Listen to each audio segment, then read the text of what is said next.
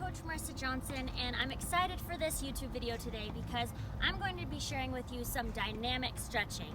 And if you're not really sure what dynamic stretching is, it basically just means that you're stretching with movements. So instead of just being static, which doesn't really happen ever, right? We are moving and stretching in a way that involves almost the whole body, or at least those are the moves that I'm kind of going to show you today. All of these stretching moves that I'm going to be showing you are basically going to be full body movements, and they are meant to help retension your body into what you would use on the tennis court. So if that's not what you're looking for, I do have another YouTube video that has some basic static stretching that I did a couple years ago. Maybe it was only 1 year ago, and I don't know if I can put the link. What are these flies doing here? I'm not super tech savvy, so I don't know if I can put the specific YouTube link, but I believe it was called Stretches for Tennis Players or something to that extent, so look for that. But like I said, this video is going to be all dynamic stretching, involving the whole body movement and even adding a little bit of weight.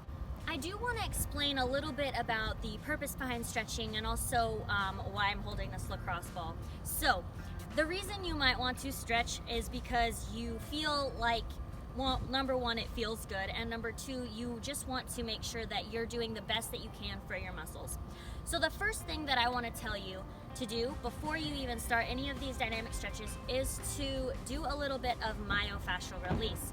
Now, if you're unfamiliar about what that is, I actually did another YouTube video on how to roll out, and I'm gonna just touch on it just a little bit and explain the meaning behind why you would want to do a little bit of release on the muscle that you want to stretch before actually doing the stretches. And the reason is because I know tennis players have a lot of pains and aches in many different areas. I know a big one for players is right behind the scapula here, maybe some on the pecs, some lower back, some hamstrings, a lot of leg. And what you want to do before any stretching is to make sure that you break up the adhesion, right? You think, why do you have aches and pains right now? Probably because the muscles are adhesed, they're blocked, they're kind of like knotted up, right? That's why you want to stretch it, that's why you want to make it feel good. So it would only make sense to break up that adhesion where your muscles are before attempting to retension and or stretch it. So in that how to roll out video that I did previously, you would find where your pain is, put the lacrosse ball maybe like up against a wall or something, and then hold that ball there until you start to feel it release or break up the adhesion that has been in your muscles, okay? Do this for any part that you are about to stretch. So your shoulders, your pecs, lean up against the wall here. Maybe use a kettlebell or a bigger medicine ball on your legs or on the inside of your adductors, whatever it is that you're trying to relieve from the pain or to make sure that it does recover well.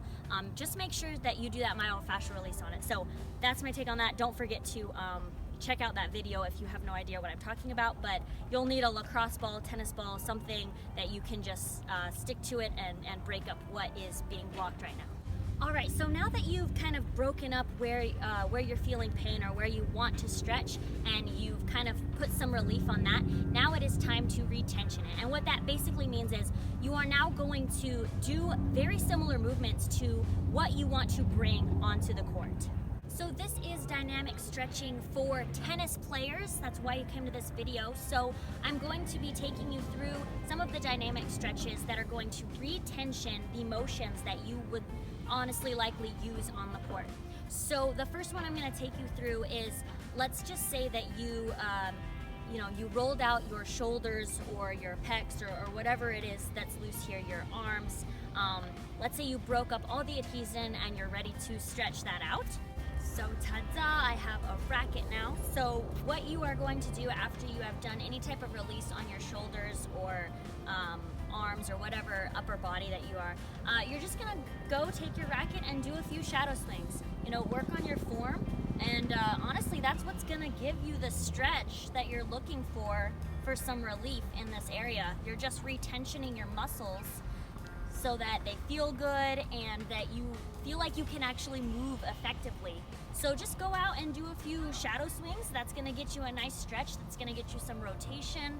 Notice how I'm extending my arms and I'm just kind of rotating in the way that I would on the tennis court. That's kind of very simple, but to be honest, it's gonna get you a nice stretch and it's gonna feel amazing after you did that myofascial release. So now I'm going to show you a few more moves, maybe some that you can do inside the gym. So let's go check those out right now. The first move we have here is for hamstring retentioning, and if you can see the band that I have wrapped around my foot, it is extended around the back of my waist and connected to the top of my opposite shoulder. So that's kind of pulling my shoulder back. The shoulder that's being pulled back is also the one that's pulling the weight. So I'm pulling the weight, it's helping me rotate, and then I'm extending my other arm. This is just really getting an amazing stretch for the hamstrings. I do it often and I think it would be really great for any tennis player to do. Just a really great stretch and great for retentioning that hamstring. The next move here is kind of like a little adductor stretch. You can see that I'm using a weight, and you don't have to if you want to just kind of do some side leg lunges there, but notice that I have the weight crossing under and it's the weight going opposite side of the bended knee. So you can do that for both sides. And then what I'm about to do here is kind of do a little hop to it. That's kind of more, I guess, for those that want to be a little bit more active with it, but it's also kind of fun and great for that stretch. I love this move.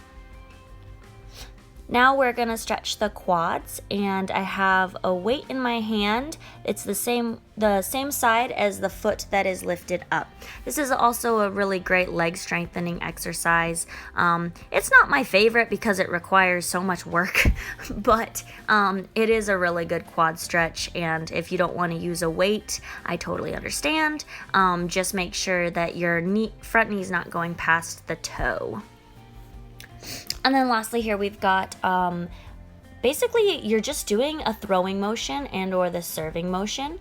And if you know a little bit about the form of the serve, we're keeping the palm down when we rotate, and we're literally, honestly guys, we're just doing a service motion. And this is a really good stretch after you've done some myofascial release on your shoulders, just to get it going. Guys, thank you so much for checking out my YouTube channel. Do not forget to subscribe, like, comment on this video with any questions that you have, and I hope you enjoyed these dynamic stretches. I think they're going to help you a lot.